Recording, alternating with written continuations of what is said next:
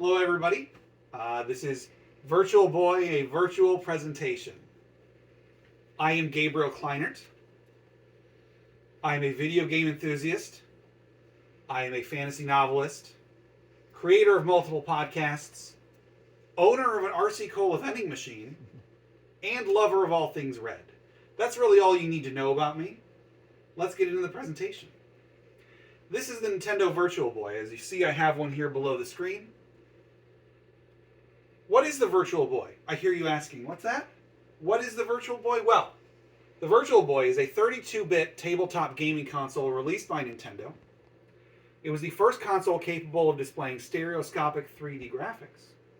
It was the first and to date only legitimately failed Nintendo console. There have been other Nintendo consoles that didn't perform as well as they would have liked, but this is the only one that is really considered a failure. Now, it began as a 3D head tracking 3D eyepiece device called a Private Eye, developed by Reflection Technology Incorporated. So it was originally, when it was being developed, something you strap to your head, like what you would expect from a modern virtual reality headset. Nintendo game designer Gunpei Yokoi loved the idea, expecting it to encourage creativity among developers and discourage piracy. Because the thing is, if the 3D element is so important to the experience, you're not really going to be able to pirate that as easily as you could with, say, a Nintendo Entertainment System or a Super Nintendo or Sega Genesis, because you would have to have hardware that was so close to what the actual thing is, and that's all proprietary and so on and so on. It would be much more difficult. And the creativity that it could encourage, getting people to develop 3D applications and so on and so on. It was in development for 4 years under the name VR32. And actually, one thing while I was doing research for this the other day, I realized that I think I had actually played something that the Private Eye was originally developed for. I was at where was it? I was at some amusement park somewhere back in the early 90s, and they had a 3D thing you could like get into. You put a thing on your head. It was head tracking.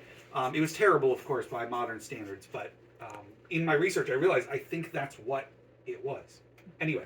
The display was created using only red LEDs. Due to various health and safety risks, head tracking capability was removed during development.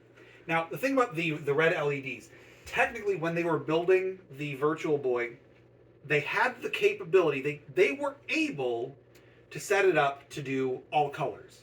But the problem was the blue and the green LEDs, specifically the blue ones, were way too expensive at the time, and they used too much power, and so it was just way cheaper to just use red ones. So that's what they went with. They went full hog into the red LEDs, and then the safety and health risks, probably because they didn't want people to be bumping into things while they're moving their head around and everything. So instead, they kind of scaled it down so that it was just the thing that you just kind of put your head into. Due to the simultaneous development of the Nintendo 64, very little attention and resources were given to the Virtual Boy team. So, kind of a combination of things are piling up here that aren't necessarily making it look very good for the Virtual Boy.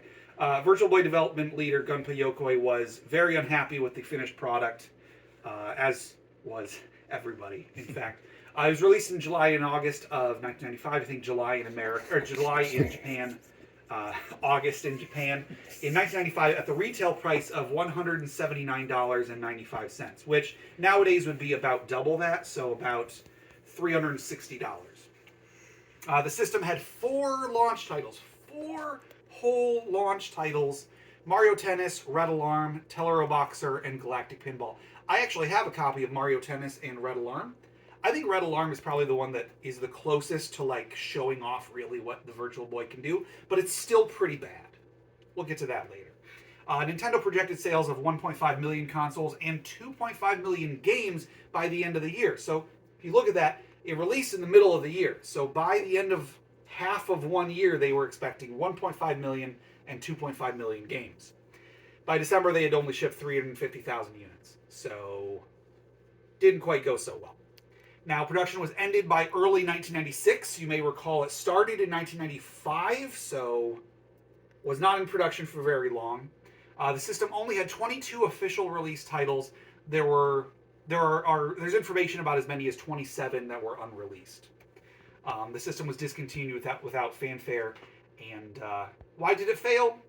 We'll get to that later. Now, the 22 figure that I gave, not all 22 were released in America. I think there were, I think it was like 19 were released in Japan and like 14 were released in America, or something like some sort of weird combination there. Now, how did the Virtual Boy work? I hear you asking over there in the audience. So they had two oscillating mirrors projected slightly different images into each eye. So there would be an LED on one side, LED on the other side, a lens that it was projecting through onto these mirrors that were spinning, and then those would go into your eyes, and each eye was getting a slightly different image. These two images gave the viewer the illusion of 3 dimensions, similar to wearing 3D glasses. For a long time, I actually thought that it was physically projecting a 3D image, like it was like there was one screen and then another screen. But in research for this, I found out that that's actually not the case. It's pretty much how VR works nowadays. You've got two images, something in between them that blocks your vision of both, and then each eye is just getting a different image there. So the controller acted as a power source, and it required 6 AA batteries or a specialized AC adapter. So the actual main console doesn't have a power source. It's all in the controller. The controller has a little thing that hooks on the back with the batteries in it. At one point, I did have the AC adapter, which was awesome, because, man, 6 AA batteries, no one wants to be spending 6 AA batteries on this thing at all. But anyway, it's been lost to time. So then the game cartridge was inserted into the console itself. As you can see, Space Pinball in this pixelated picture right there would plug into there, and then you would turn it on and off using the controller. The controller has a little switch on it. The console also did have link cable capability. However, no games ever came out that were multiplayer, so there was no use for it because it never really lived up to its expectations. Due to having a Z-axis for many of the games, the controller necessitated a second directional pad. So it's actually kind of like how the modern twin stick setup for most controllers is. You would have a control pad on both sides, and then you could, if you were Red Alarm, for example, is a great example of this because it's a 3D game where you're in a ship, and you've got one that controls upward movement, downward movement, left, right, and then another one that turns in those same directions. So again, very similar to how twin sticks work in like first-person shooters nowadays. The controller was notably symmetrical, allowing left-handed players to reverse the controls in some games. As you can see, there are 2 buttons on the right, 2 buttons on the left. Obviously, the ones on the right are labeled A and B, and the ones on the left are start and select, but some games you could switch it up so that you could have A and B on the left, and then start and select on the right. So it was kind of cool in that you could change up how you had it set up. So, the big question, why did the Virtual Boy fail? I know you've been watching this and you've been thinking, oh, it's got all these cool features. All these cool features that were clearly scaled back because they, were afraid of costs and damage and so on. How could this thing possibly have failed? So, one broad reason is expectation versus reality. Something doesn't quite live up to what you expected. The actual reasons, though, high price is number one. Like I said, it was $180, or in today's money, $360. $360 for something that really has quite a limited scope. Like, you're not really doing very much on this. There weren't really many games you could play, and the games you could play were pretty small and pretty short. It was also very uncomfortable. It would cause eye strain. Also, as you saw in the photo earlier, you kind of have to hunch over, especially if you're not a small child. So eye problems, back problems. Poorly constructed marketing is another one. The thing about it is that it's 3D, and you can't show off 3D in a commercial. Also, one thing, I don't have any slides for this, but there was actually a promotion where you could go to somewhere like Blockbuster Video, and you could actually rent a Virtual Boy. If you didn't want to spend the, in today's money, $360 to buy one, you could rent it and see what it was like for yourself, because, you can't see you can't see the graphics on TV, so people would pay a smaller amount of money to Blockbuster and take it home, and then they realized it was terrible. So people wouldn't buy a Virtual Boy because they rented it and realized it was not what they expected it to be. And really, the system at its core just wasn't very good. The colors are difficult to get used to. The discomfort of play, the games weren't very good. There weren't really any killer apps. There were like a few good games, but all of them were pretty short. All of them were pretty janky and just wasn't very good. So Nintendo laid the brunt of the blame for the Virtual Boy's failure on its designer Gunpei Yokoi, which is really a shame because this is the guy that created the Game Boy.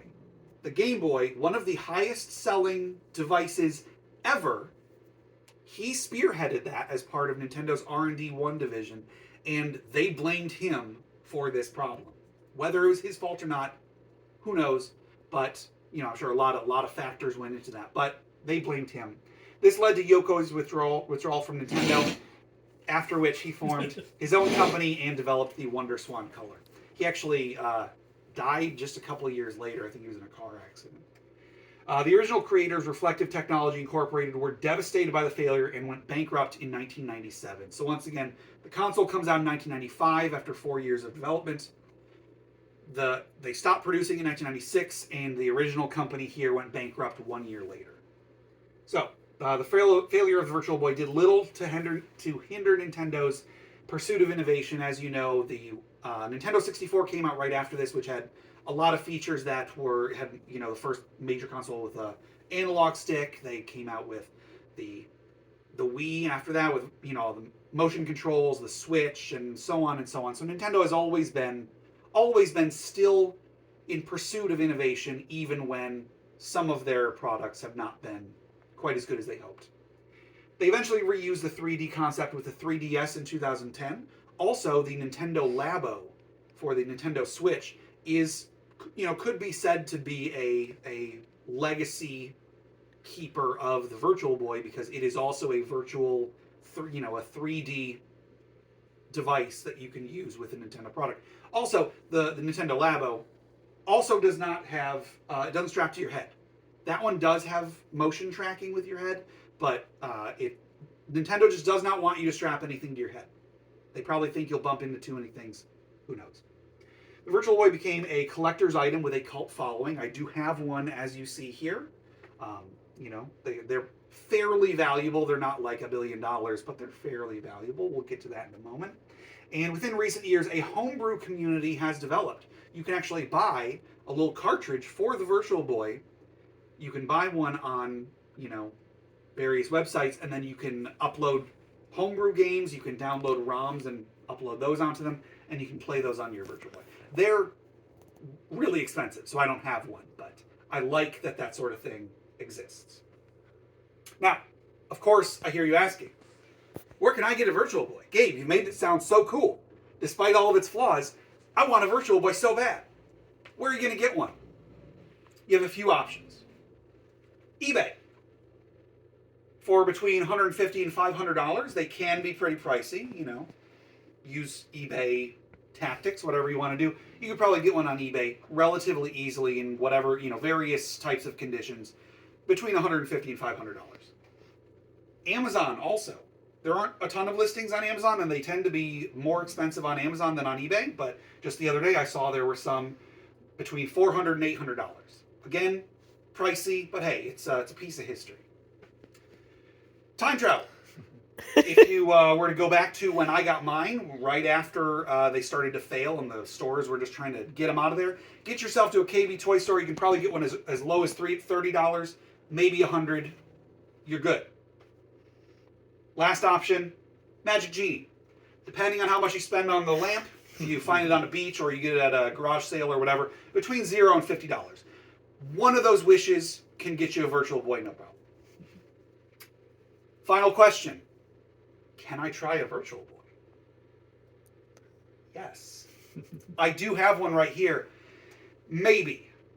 Mine has an issue. There's actually a common issue in Virtual Boys, especially this long after the fact, where one of the screens will stop working. I've actually heard that one of the ways to fix it is you actually put the Virtual Boy in the oven for a short period of time. I have not done so. I thought this was fixed because it had stopped having this issue, but it came back. So maybe, if you'd like to try out a Virtual Boy, you are welcome.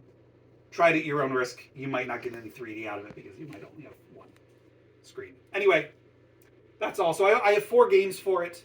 Wario Land is one of the games that I have. It is, I think, widely regarded as the best game on the Virtual Boy. It's a 2D side-scroller where you play as Wario. You jump back and forth between the foreground and the background.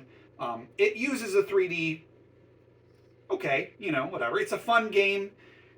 It's not really showing off what the Virtual Boy can do. Another game that I have is Red Alarm. I mentioned earlier, Red Alarm is really the game that shows off the 3D effect as well as it could.